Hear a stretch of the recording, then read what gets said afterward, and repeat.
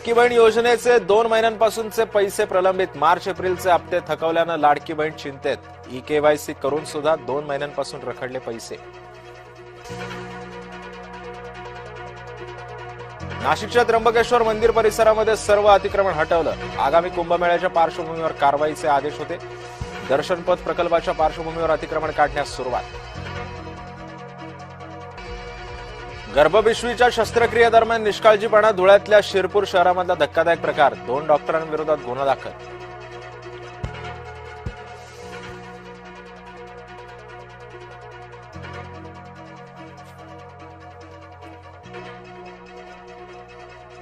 हवामान बदलाचा देशांतर्गत विमान सेवेला फटका. खराब हवामानामुळे देशभरातील 19.1% विमान उड्डाणं 2026च्या पहिल्या तिमाहीतही झाली रद्द.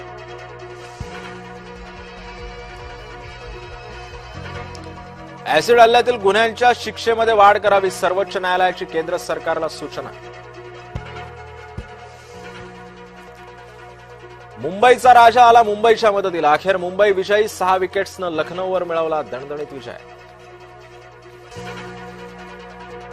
अंगारकी चतुर्थी निमित्त राज्यातील गणेश मंदिरांमध्ये आकर्षक सजावट. सकाळपासून गणेश भक्तांच्या दर्शनासाठी लांबच लांब रांगा. मुंबईतलं सिद्धिविनायक मंदिर गजबजलं तर पुण्यातल्या श्रीमंत दगडूशेठ हलवाई गणपतीला फुलांची आरास.